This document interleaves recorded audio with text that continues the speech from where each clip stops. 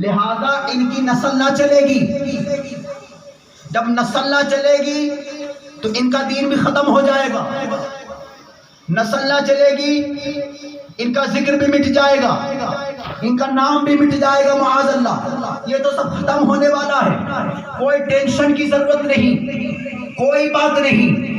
اس کا یہ کہنا تھا کہ ذکر تو مٹ جائے گا, ذکر تو ختم ہو جائے گا, ان کا دین ختم ہو جائے گا. اب یہ ذکر مٹانے کی سوچ رکھنے والے آج بھی کچھ اس مینٹلٹی کے لوگ پائے جاتے ہیں, اس ذہنیت کو لوگ پائے جاتے ہیں دنیا کے اندر, جو جن کا یہ نظریہ و ذہن ہے کہ حضور صلی اللہ علیہ وسلم کا ذکر مٹ جائے, حضور کی نعتیں نہ پڑھی جائیں, حضور کے نام پہ جلوس نہ نکالا جائے, حضور کا میلاد نہ منایا جائے, حضور کی تعریف و شان و عظمت کیوں بیان کی جائے. یہ ساری اس طرح کی سوچیں رکھنے والے اللہ اسی سوچوں پر لعنت فرمائے. اللہ کے حبیب علیہ السلام کا ذکر نہ کرے تو بندہ ذکر کرے کس کا؟ ارے رب ملا کس کے صدقے تو فیل, ہمارے آقا علیہ السلام کے صدقے تو فیل ہمارے رب ملا ہے. یہ انشاءاللہ ضمن یہ باتیں آ جائیں گی. تو جب یہ اس نے کہا نا, اب آپ دیکھیں ان کی سوچیں یہی تھی. اب اللہ نے ان کا جواب دیا. 30واں پارہ پڑھیں. اللہ ارشاد فرماتا ہے جواب رب کی طرف سے. اعتراض کیا, گستاخی کی, بے ادبی کی, سوچیں بلند کر لی اپنی. اب تو دن کا دن ختم ہونے والا, ذکر مٹنے والا.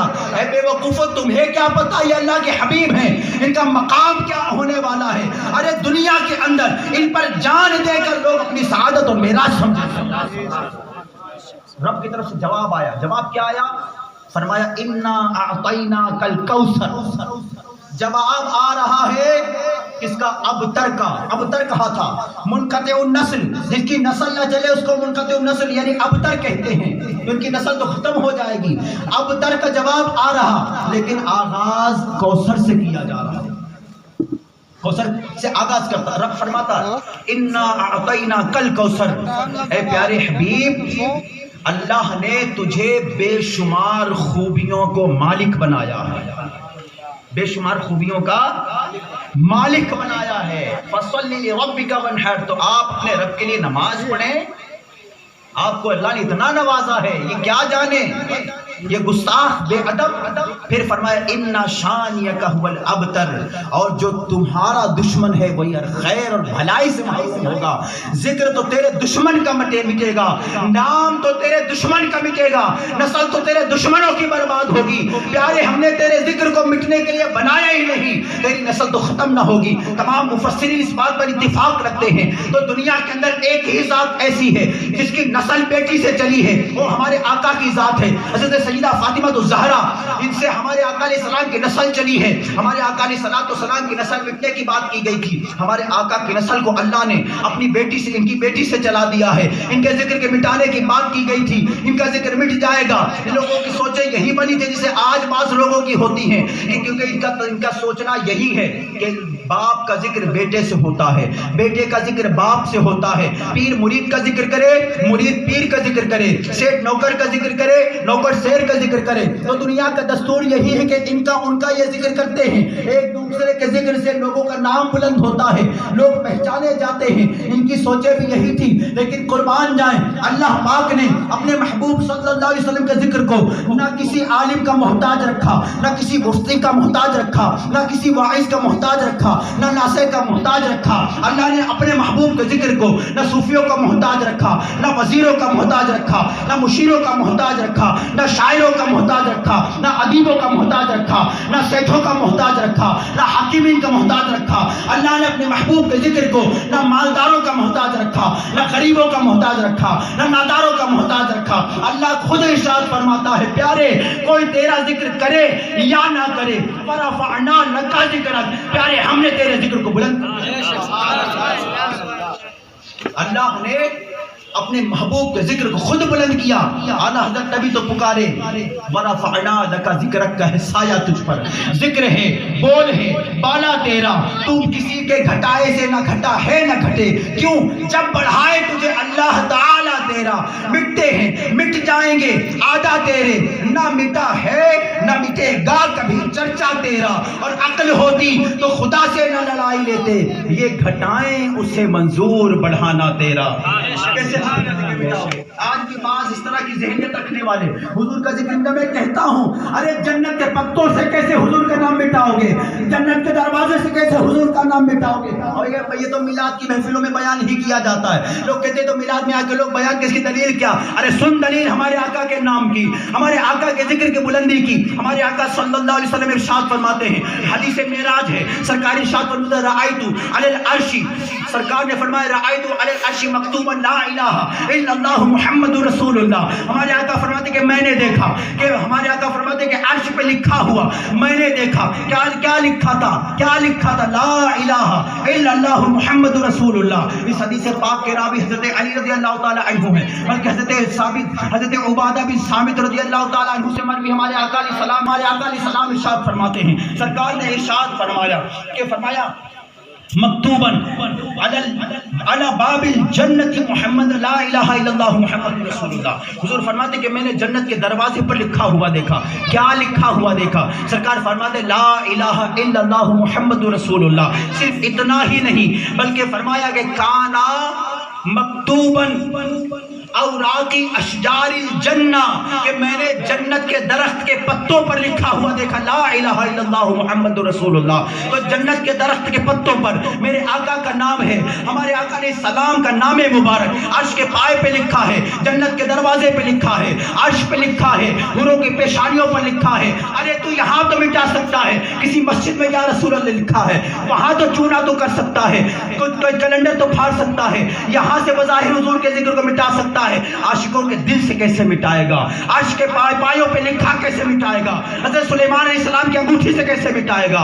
جنت کے دروازے سے کیسے مٹائے گا؟ حوروں کے پیشانیوں سے کیسے مٹائے گا؟ آدم علیہ السلام کی پشت پر سرکار فرماتے ہیں کہ ہم لا الہ الا اللہ محمد رسول اللہ لکھا تھا. تو اس نام کو کہاں سے مٹائے گا؟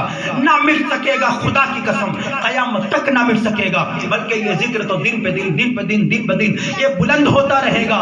اور عقلی طور پہ بھی سمجھانے کی کوشش کرتا ہوں، اے مسلمانوں عاشقان رسول خوش ہو جاؤ کہ اللہ نے اپنے محبوب کے ذکر کو بلند کتنا کیا ہے. آج دنیا کے اندر آج اس ایک شہر میں اذان کا ٹائم دوسرا ہے، دوسرے شہر میں اذان کا ٹائم دوسرا ہے، تیسرے شہر میں اذان کا ٹائم دوسرا ہے. تو کہیں پر سورج ڈوب رہا، کہیں پہ سورج نکل رہا، کہیں پہ زوال ہے، کہیں پہ دوپہر ہے، کہیں ظہر کا ٹائم شروع ہو رہا، کہیں ظہر کا ٹائم ختم ہو رہا، کہیں عصر کا ٹائم شروع ہو رہا، کہیں عصر کا ٹائم ختم ہو رہا، کہیں سورج ڈوب رہا مغرب کا ٹائم آ رہا، کہیں پہ سورج ڈوبنے کے بعد عشاء کا ٹائم جناب آ رہا. کہیں ہمارے آقا آپ دیکھیں تو غور کیجئے گا، ایک سیکنڈ کی تبدیلی ہو رہی. اذان میں حضور کا نام لیا جا رہا، اقامت پہ حضور کا نام لیا جا رہا. دنیا کے اندر ہر بندہ نماز پڑھے گا، درود ابراہیم ضرور پڑھے گا، حضور کا نام لے گا، اتحیات پڑھے گا، حضور کا نام لے گا، قرآن پڑھے گا. قرآن میں جگہ جگہ حضور کا نام ہوگا. دنیا کے اندر محدثین حدیثیں پڑھا رہے، حدیث تو تمام حضور کی ہیں، جگہ جگہ قال رسول اللہ کہنا پڑے گا، قال رسول اللہ کہنا پڑے گا. حدیث پڑھا رہے، شرح لکھ رہے، شرح پڑھ رہے، تفسیریں کی جا رہی، حضور کے نام پر جو آیتیں نازل ہوئی شان نزول بیان کیا جا رہا، حضور کا نام لیا جا رہا، تفسیریں لکھی جا رہی، تفسیریں پڑھائی جا رہی، حدیث پڑھائی جا رہی، حدیث بیان کی جا رہی. لوگ میلاد پڑھ رہے، نعتیں پڑھ رہے، اشعار کہہ رہے، حضور کی تعریف کر رہے، حضور کے نام پہ جلوس نکال رہے.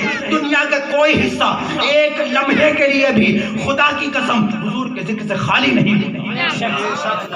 ایک نعرہ تکبیر، نعرہ رسالت.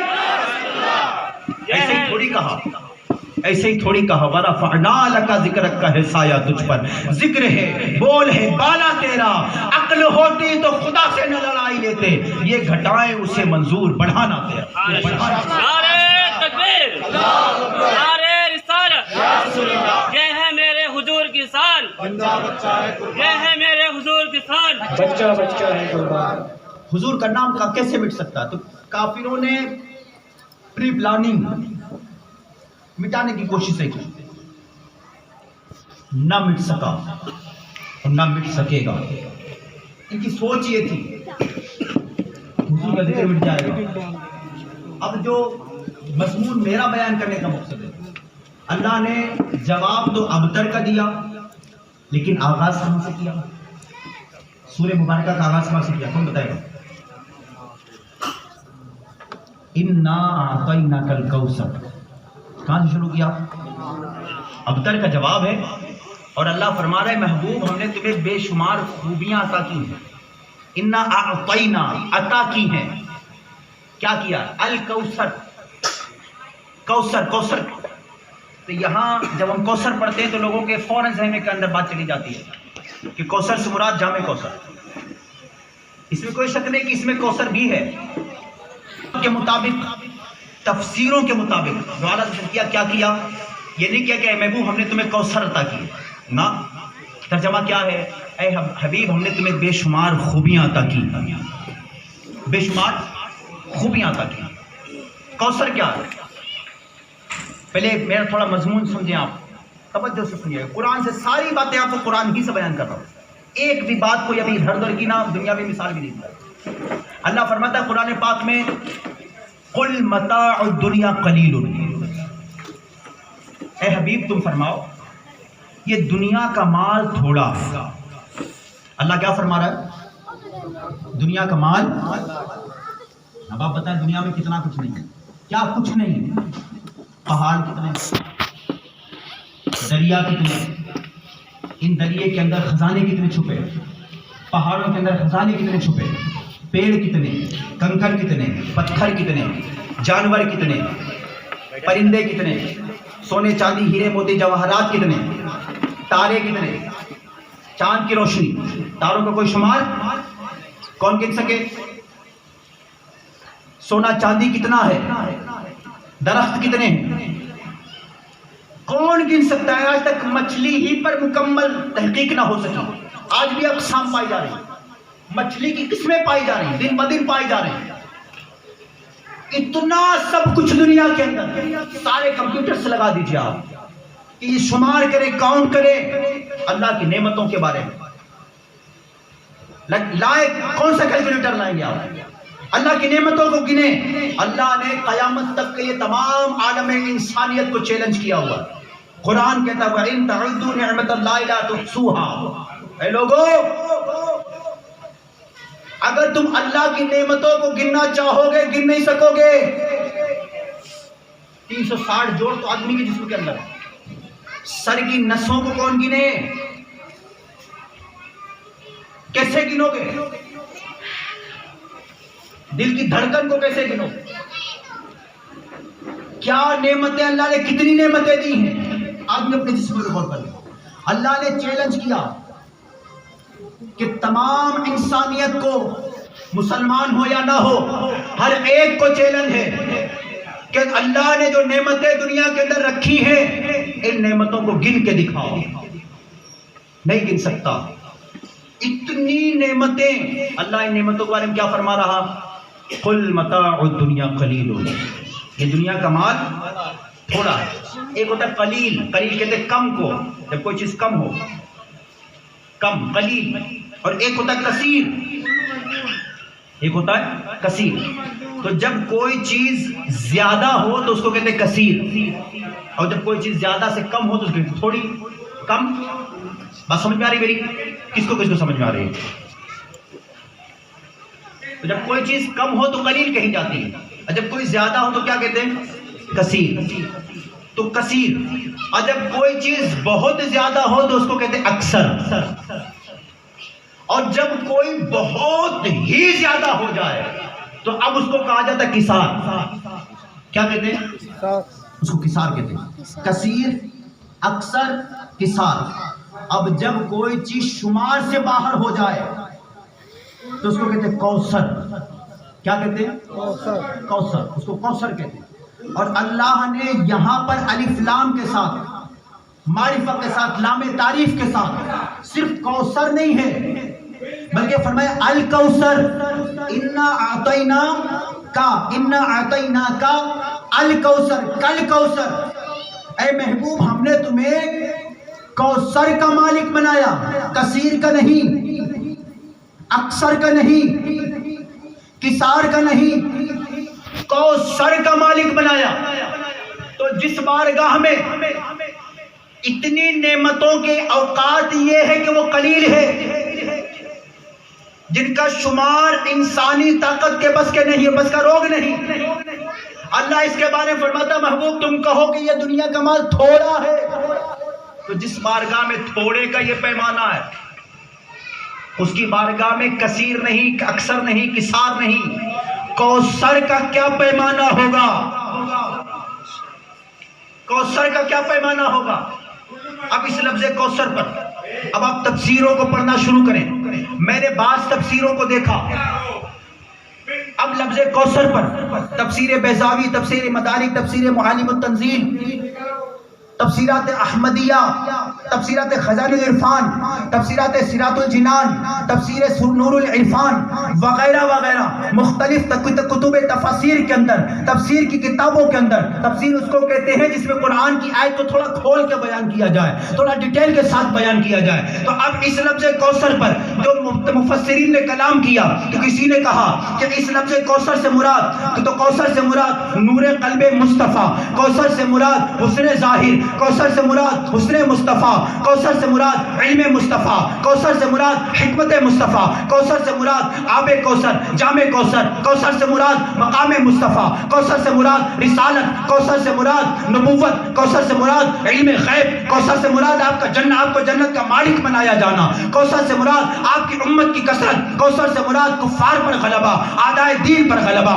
کوثر سے مراد مقام محمود پر فائز کیا جانا، کوثر سے مراد آپ کی نسل کو بیٹی سے چلایا جانا، کوثر سے مراد رب کا حبیب، کوثر سے مراد آپ کے ذکر کی بلندی. تو یہ مختلف تفاسیر اٹھا کر کے دیکھیں. کوثر سے مراد ہر ایک نے، بلکہ نعیم الدین مراد آبادی علیہ رحمۃ اللہ الحاضر نے تو کوئی اس لفظ کوثر پر 16 معنی بیان کیے. یہاں کوثر کی تفسیر اٹھا کر کے دیکھیں. اعلیٰ حضرت امام اہل سنت کے ترجمہ کنز الایمان کی تفسیر، کنز الایمان کی تفسیر نعیم الدین مراد آبادی نے 16 معنی بیان کیے اور کہتے ہیں، اور 16 معنوں میں کچھ معنی مجھے میں آپ کو بیان کرتا ہوں. فرماتے کہ پیارے حبیب، ہم نے تمہیں حسن ظاہر بھی دیا، حسن باطن بھی دیا، خلق سے افضل کیا، تمہیں امت کی کثرت بھی عطا کی، تمہاری نسل کو بیٹی سے چلایا، تمہارے ذکر کو بلند کیا، تمہیں امت کی کثرت عطا کی، تمہیں کفار پر غلبہ بھی دیا، تمہارے دین کو مکمل کیا، تمہیں الیوم اکملت لکم دینکم کا مجدہ سنایا. پیارے تمہارے ذکر کو قرآن